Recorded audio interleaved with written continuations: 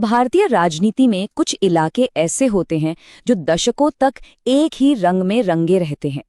एक ही नेता, एक ही समीकरण, मानो वहां समय ही थम गया हो। आज हम एक ऐसे ही राजनीतिक किले को समझने निकले हैं, बिहार के सुपौल में।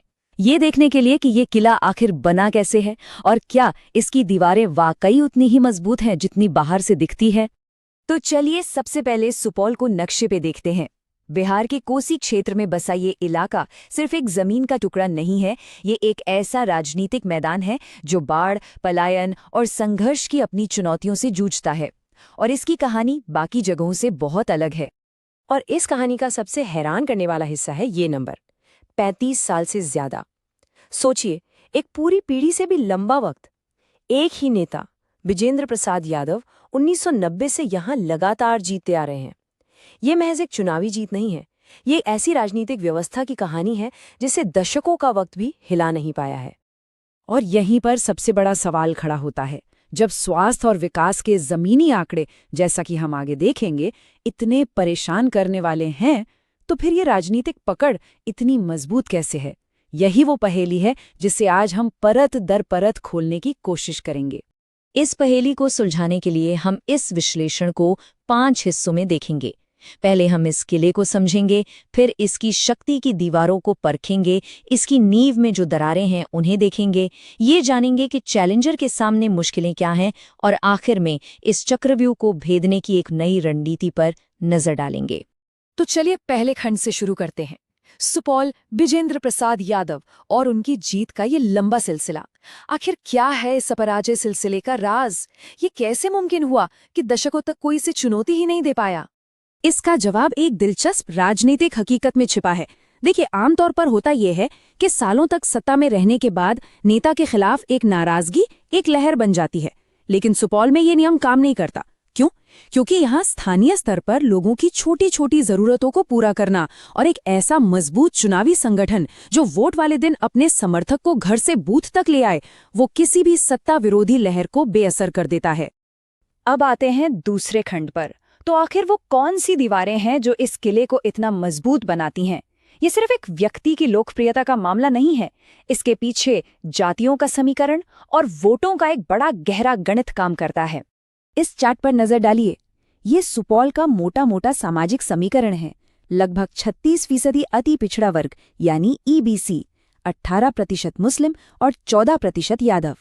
सत्ताधारी पक्ष की रणनीति का केंद्र हमेशा से ईबीसी वोट बैंक को अपने साथ मजबूती से जोड़े रखना रहा है, और यही समीकरण उन्हें हर बार एक निर्णायक बढ़त दिला देता है। और यहीं पर विपक्ष एक गणित की दीवार से आके टकरा जाता है। उनका जो पारंपरिक मुस्लिम यादव यानी MY समीकरण है, उसका आधार लगभग 37% वोटों पर आकर रुक जाता है। ये एक ऐसी चुनावी लक्ष्मण रेखा है जिसे पारंपरिक तरीकों से पार करना लगभग नामुमकिन हो जाता है। अब इस स्लाइड पर गौर कीजिए, ये बहुत दिलचस्प है। 2020 के चुनाव में मतदान करीब 59% था, जो 2025 में बढ़कर 71% से भी ज्यादा हो गया। आमतौर पर माना जाता है कि बढ़ा हुआ मतदान सत्ता के खिलाफ होता है, लेकिन यहाँ कहानी ठीक उल्टी है। ये उछाल दिखाता है कि सत्ताधारी पक्ष का संगठन अपने वोटरों को घर से निकालकर बूथ तक लाने में विपक्ष से कहीं ज्यादा कामयाब रहा। लेकिन जैसा कि होता है, हर ऊंचे और मजबूत किले की नींव में भी कुछ दरारें होती हैं। खंड 3 में हम उन आंकड़ों पर नजर डालेंगे जो सुपौल की जमीनी हकीकत बताते हैं और दिखाते हैं कि इस राजनीतिक चमक के पीछे कितना अंधेरा है। सबसे पहले ये समझना जरूरी है कि सुपौल लगभग पूरी तरह से एक ग्रामीण इलाका है। यहाँ की 95% से ज्यादा आबादी गांव में रहती है, जिनकी जिंदगी और रोजी रोटी सीधे तौर पर खेती बाड़ी और जमीन से जुड़ी है। और अब ये आंकड़ा ये सिर्फ एक नंबर नहीं है, ये हजारों बच्चों के भविष्य से जुड़ा एक भयावह सच है। राष्ट्रीय परिवार स्वास्थ्य सर्वेक्षण 5 के मुताबिक सुपौल में 5 साल से कम उम्र के 42% से ज्यादा बच्चों का शारीरिक विकास उम्र के हिसाब से नहीं हो पाया है। ये एक शांत संकट है जो सुपौल की अगली पीढ़ी को कमजोर कर रहा है। और ये संकट यहीं खत्म नहीं होता। इसी रिपोर्ट के अनुसार 6 से 59 महीने के लगभग 64% बच्चे खून की कमी यानी अनीमिया से जूझ रहे हैं। ये एक शांत लेकिन विनाशकारी सार्वजनिक स्वास्थ्य विफलता है जो आने वाली पीढ़ियों की क्षमता पर बहुत गहरा असर डाल रही है। तो इन स्वास्थ्य संकटों की जड़ें कहाँ हैं? इनकी जड़ें जुड़ी हैं कोसी नदी से, जिसे बिहार का शोक भी कहा जाता है। हर साल आने वाली बाढ़, खेतों को बंजर बनाती गाद, रुकी हुई सिंचाई परियोजनाएं और इन सब के कारण रोजगार के लिए युवाओं का पलायन, ये सब एक ऐसा दुष्चक्र है जिसने इस पूरे क्षेत्र के विकास को थाम रखा है। तो सवाल फिर वही है कि इतनी गंभीर समस्याओं के बावजूद विपक्ष चुनावी गणित को क्यों नहीं बदल पाता? खंड 4 हमें चैलेंजर की इसी दुविधा को समझाता है और दिखाता है कि ये राजनीतिक लड़ाई कितनी असंतुलित है।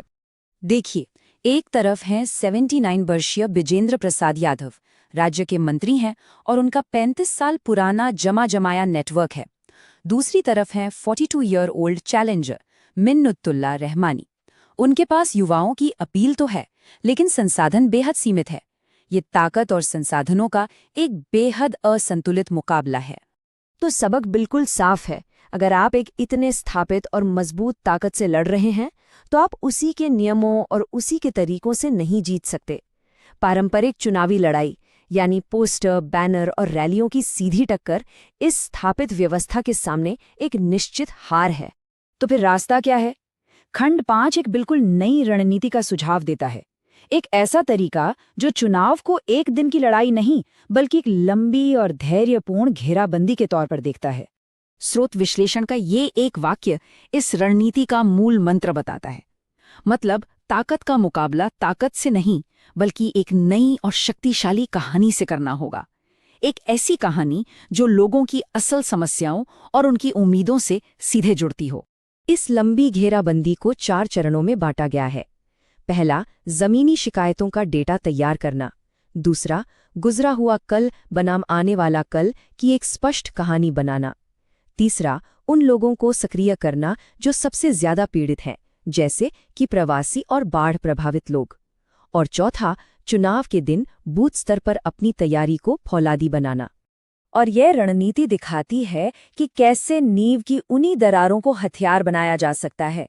स्वास्थ्य संकट को सत्ताधारी की नाकामी की तरह पेश करना, किसानों के हक के लिए कानूनी लड़ाई लड़ना, सीधे लोगों तक पहुंचने के लिए स्थानीय मैथिली भाषा का इस्तेमाल करना और ईबीसी वोटरों तक उनकी खास समस्याओं को लेकर पहुंचना। तो अंत में सवाल यही है, क्या डेटा, एक नई कहानी और सालों के धैर्य पर टिकी ये रणनीति दशकों से चले आ रहे संरक्षण और जातिगत पहचान पर बने इस मजबूत राजनैतिक किले को भेद पाएगी? सुपौल का भविष्य शायद इसी सवाल के जवाब पर टिका है।